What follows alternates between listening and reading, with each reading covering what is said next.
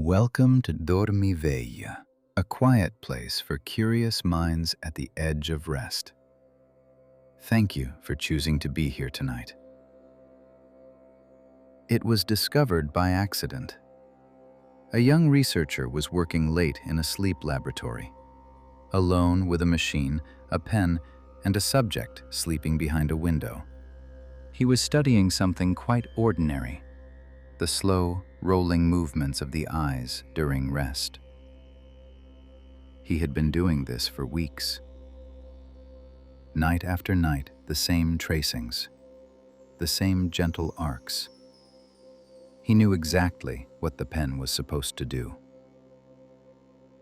And then, one night, the pen did something it was not supposed to do.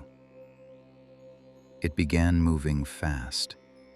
Rapid back and forth sweeps, the kind of movement you would expect from someone wide awake and looking around a crowded room. But the person behind the glass was lying perfectly still. Eyes closed, breathing slowly. By every measure available to that laboratory, asleep. He thought the machine was broken. He checked the connections. He tapped the casing. He looked again at the tracings, running off the paper in steady, insistent strokes. Strokes that made no sense given everything he understood about sleep at the time. It was not broken. What that pen had found, what it traced quietly and without ceremony onto a simple roll of paper in a quiet room more than 70 years ago, was a hidden room inside sleep. A room that had always been there, every night, in every person who had ever slept, in every culture, in every era of human history. A room that science simply had no name for yet. They named it for what the machine had caught. The eyes moving beneath the lids, tracing paths that no one outside the dream could follow. Rapid eye movement. REM. And what happens inside that room, once the science finally began to catch up, turns out to be some of the most important work your brain ever does. For most of human history, sleep was understood as a kind of pause, a dimming, a withdrawal from the world so that the body could recover its energy and the mind could go quiet. Sleep was the absence of experience, the long suspension between one day and the next. The ancients debated its meaning. They named gods for it. They dreamed inside it and woke wondering what the dreams meant. But the sleep itself? The sleep was simply the dark interval, the gap, the nothing. That understanding lasted for thousands of years. It was overturned in a single night, in a single room, by a machine that was doing nothing more than drawing lines on paper. The pen was right. Sleep is not a pause. It is a place, and one of its rooms, the one you visit every 90 minutes or so throughout the night, the one that grows longer and deeper each time you return, is not resting at all. It is working, doing something that waking life, for all its color and noise, cannot replicate. Something you will feel the evidence of in the morning without ever having seen it happen.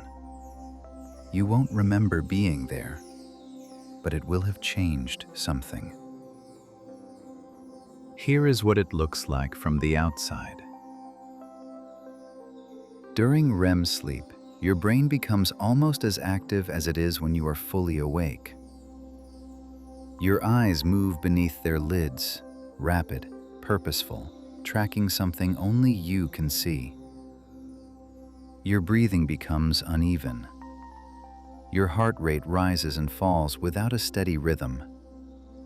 The small muscles of your face sometimes twitch.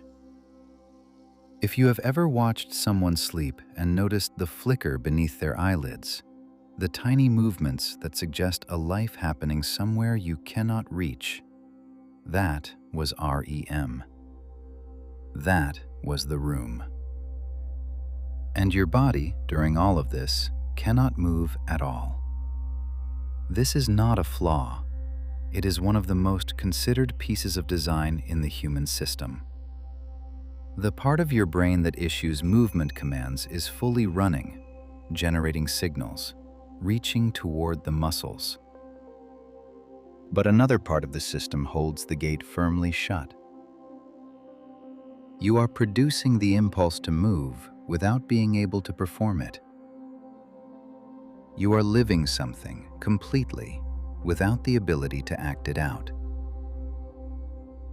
It is one of the reasons vivid dreams feel so real. Your brain is not pretending. It is genuinely doing everything except letting the body follow. But the movement, the eye tracking, the dreaming, that is only the surface of what REM is. The deeper discovery came later, and it took longer to find. It required not just watching what REM looked like on a machine, but understanding what it was actually doing inside the brain.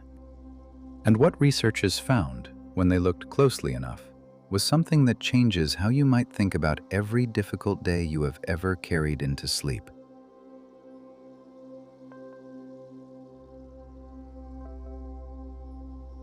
During REM, the brain's stress chemistry drops to nearly zero. The chemical that keeps you alert and reactive during the day, the one that makes sharp things feel sharp, that raises the emotional temperature of difficult moments, goes almost entirely silent during REM. Not gradually, not slowly. The brain, during this stage, actively suppresses it. The silence is deliberate. And in that quieter chemical state, a state that exists nowhere else in the body's daily cycle, the brain begins to do something remarkable. It revisits the experiences that left a mark, not to relive them, not to play them back for their own sake, but to process them carefully, precisely, under conditions that allow the emotional charge to be separated from the memory itself. The event remains, the facts of it remain, but the raw feeling attached to it, the sting, the weight, that begins to be metabolized, worked through, filed differently. Researchers studying this effect found something striking. People who completed a full night of sleep, REM cycles and all, responded to upsetting memories the next morning with noticeably less pain. The memory was still there, intact and accessible, but it had lost some of its edge. The rawness had eased. Something had changed the relationship between the person and what happened to them, without either of them having had a single waking conversation about it. This is why sleep researchers began describing REM as a kind of overnight therapy. A nightly session in which the brain does what it cannot do while you are awake. Not while the stress chemistry is high, not while the day is still pressing in. Only here, in the quiet of this room, where the right conditions finally exist. This is why the same thing that felt impossible at 11 at night can feel merely difficult at 7 the next morning. You have not only rested, you have been processed. Something in you did its work while you slept. It is doing that work for you now. Here is something worth understanding about your sleep tonight, and about what you might be losing on the mornings when the alarm comes earlier than your body would choose.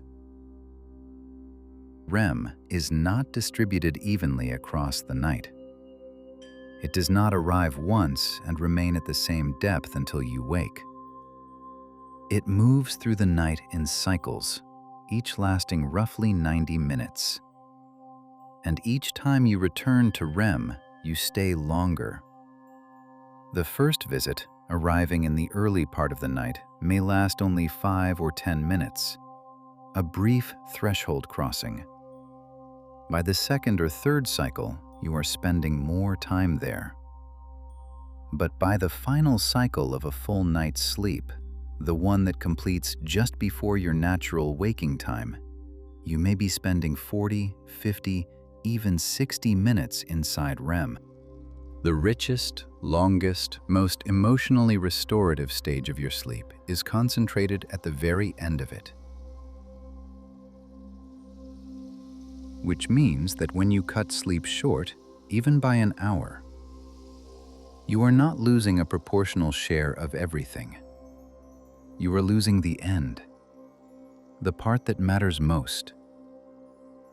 Sleep researchers found that reducing sleep from 8 hours to 6 does not cost 25% of your REM. It costs closer to 60%. The deepest processing, the longest emotional work, the fullest repair. Gone, not because sleep failed, but because there was not enough time left for it to finish. So here is the tool, and it does not ask you to change every night of your week. Simply identify 2 mornings, perhaps at the weekend, perhaps on whatever days your schedule allows, and protect them. Let the alarm sit unused. Let the final cycle complete. 90 extra minutes, if you can find them, is enough to give your brain one full additional pass through the room where the work gets done. You may find those mornings feel different when you finally rise. Not just rested, though they will be that, but lighter. The weight of the week before, the things that were pressing and unsettled, may feel not erased, but a little further away, a little quieter. That is not coincidence.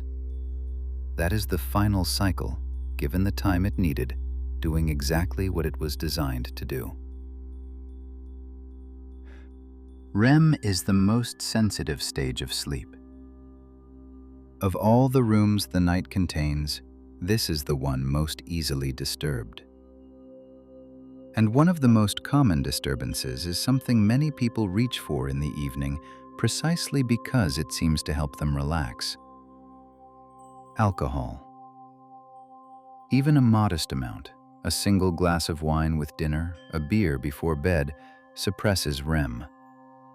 Not dramatically, not in any way you would necessarily feel in the moment. The sedation it provides is real. You fall asleep more easily. You sleep more deeply in the first part of the night. You may wake in the morning and believe, honestly, that you slept well.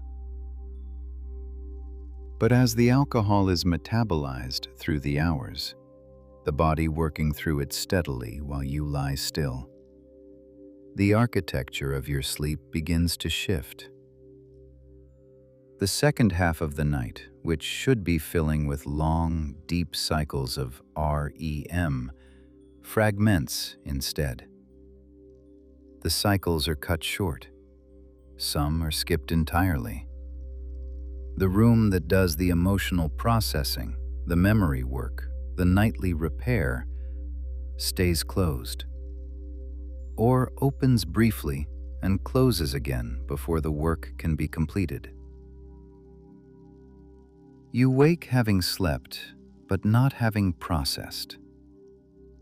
The fatigue you feel after a night like this is not just physical. It is the feeling of carrying everything you brought to bed still intact, slightly heavier for having been held all night without resolution. The tool is simple, and it asks nothing dramatic of you. Create a gap. Sleep researchers and sleep coaches have arrived at the same recommendation. Leave at least 2 to 3 hours between your last drink and the time you go to sleep. Not as an act of deprivation, but as an act of care. For the part of your sleep that is doing the most important work. Give the alcohol time to clear. Give the room time to open before you arrive. Your dreaming mind will use every hour you give it. It is ready to begin the moment the conditions are right. All you are doing is making sure they are. Thank you for spending this time with us. If Dormiveglia feels like home, subscribe and bring someone with you. Good sleep is worth sharing.